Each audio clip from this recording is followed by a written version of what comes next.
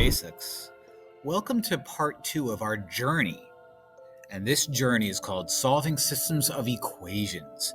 In part 1, we learned how to solve systems of equations by graphing. And so we graphed a line and we graphed another line and we found out where those lines intersected, and our answer was a point. Well, we're not doing graphing today, kids. We are doing substitution. So let's get started. I have a billion trillion videos on substitution on my YouTube, so if this video doesn't do it, I literally have like 4 or 5 more.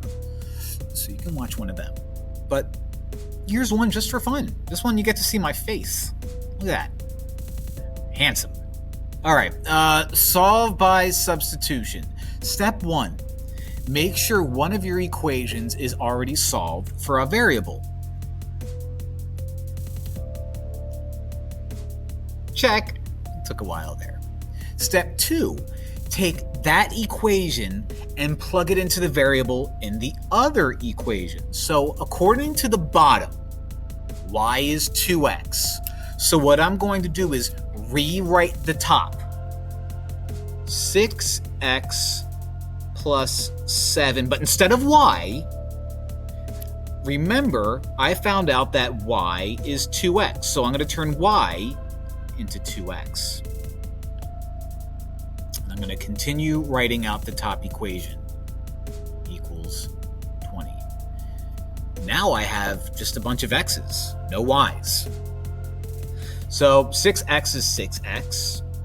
I can combine like terms by doing 7 times 2, 4, which is 14x.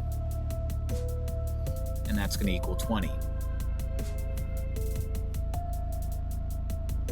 6x plus 14x on the same side means I can combine those because they're on the same side. That's going to give me 20x. And 20x equals 20. Let me see. Is x all by itself? No. What's in the way? Oh, 20 is being multiplied by x. So the opposite of times is divide, and I can divide both sides by 20. 20x's sounds like my dating history. Maybe subtract like 18. So x is 1. I guess I'm done, right? No, I'm not done, because I found x yesterday. In the last video when we did these problems and we graphed, we had a point. And a point is an x and a y value. Well, I just have the x. Can I find the y? Sure I can. It says right here that y equals 2x. So now that I know that x is 1, I'm going to rewrite that equation, but instead of x, replace it with 1. And 2 times 1, let me see, let me get out my calculator, is 2. So if I know I'm going to get a point for an answer, and the x value of that point is 1, and the y value of that point is 2, then my point is going to be 1, 2. And that's my answer. Okay?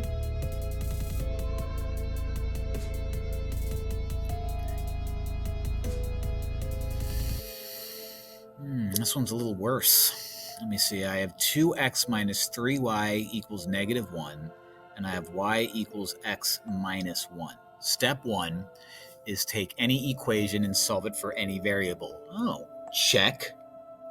The bottom is already solved for y. Step 2 is take that one and plug it into the other equation. So now that I know that y is x minus 1, I'm going to rewrite the top and replace y with x minus 1.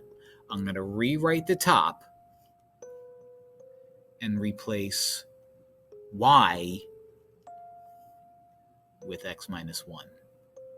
Substitute. It's like if you had a substitute teacher. The substitute teacher comes in and just takes the place of the regular teacher. They're not as handsome or as exciting. You know, they do the job and they do it adequately. Now look what I have. Distributive property. I have 2x. That just drops down. Negative 3 times x is negative 3x. Very, very, very, very, very often when you do these problems, you're going to have to do distributive property. Not every single time. We didn't have to do it last time. But very often, I'd say about maybe half the time. Negative 3 times negative 1 is positive 3, and that equals negative 1. Is x all by itself? No. In fact, you have two x's on the left that I can just combine right there. 2x minus 3x is negative 1x, or negative x, but I'm going to write out negative 1x because it's easier for me to visualize. And then plus 3 comes along for the ride, and equals negative 1 comes along for the ride. Is x all by itself? No. What's in the way? Negative 1 and positive 3. Which one should I get rid of first? The negative 1 on the left or the positive 3 on the left? Well, the thing that's floating around is what I should get rid of first. So why don't we subtract 3? Why don't we subtract 3 and cross you out? I'm going to bring the negative 1x down.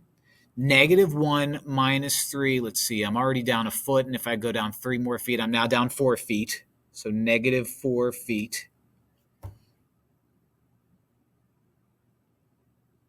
Is x all by itself? No. What's in the way? Negative 1. How is negative 1 in the way? It's being multiplied. How do I get rid of it? Divide. Divide everything by negative 1. Divide everything by negative 1. And let me put it up here. X equals negative 4 divided by negative 1 is positive 4. I have my x. Do I have my y? No. How do I find my y? Take that x value and plug it into any of the original equations. In the last one, I had something like y equals 2x, so it was easy to plug it into that one. Similarly, in this guy, I have y equals x minus 1. So it would be easier if I took that bottom equation and rewrote that out to find my y, and instead of x, replace x with 4. So I have 4 minus 1, and y is going to equal 3. So if x is 4 and y is 3, I'm going to get the point 4, 3.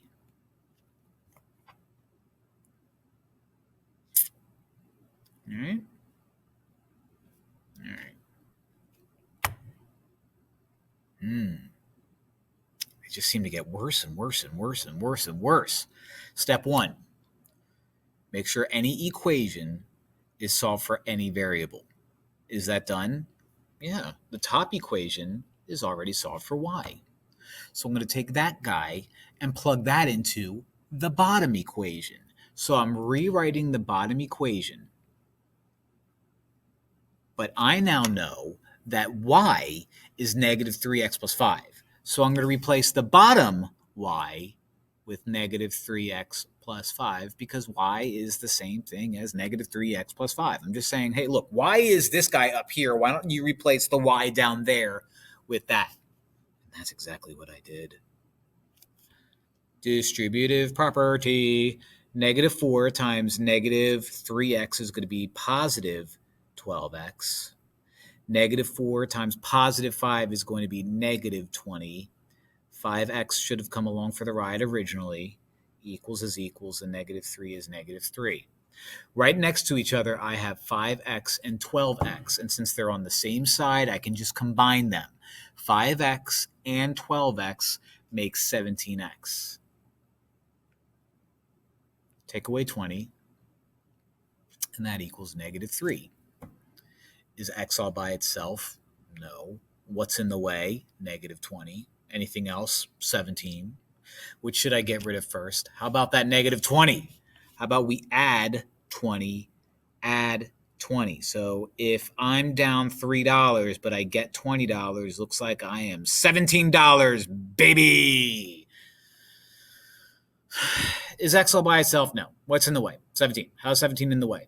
Times. How do I get rid of it? Opposite of times. What's that? Divide. Divide.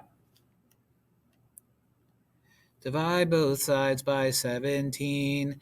X equals 17 divided by 17 is 1. So I found my x. What should I do now? Find y. Look at the original equations. Which one would be easier to find y for? The top equation or the bottom equation? Well, it looks like to me that it should be the top equation because if I'm finding y, why don't I select the equation that has y equals because I'm finding y. So I'm going to rewrite the top equation, but instead of x, I'm going to put 1 because x is now 1. So I'm rewriting the top equation, y equals negative 3x, but instead of x, I have 1 plus 5. Negative 3 times 1 is negative 3. Wow, that looks really choppy. Negative 3 plus 5 is positive 2. Y equals 2. X equaled 1. Y equals 2. My final answer is the point 1, 2. Okay? Is it becoming a little bit more clear now? This is where you repeat back. Crystal, I'll try it again. Is it becoming a little more clear now? Good. I'm going to Blue's Clues these types of problems and just expect you to answer back. Are you guys ready to do the next problem?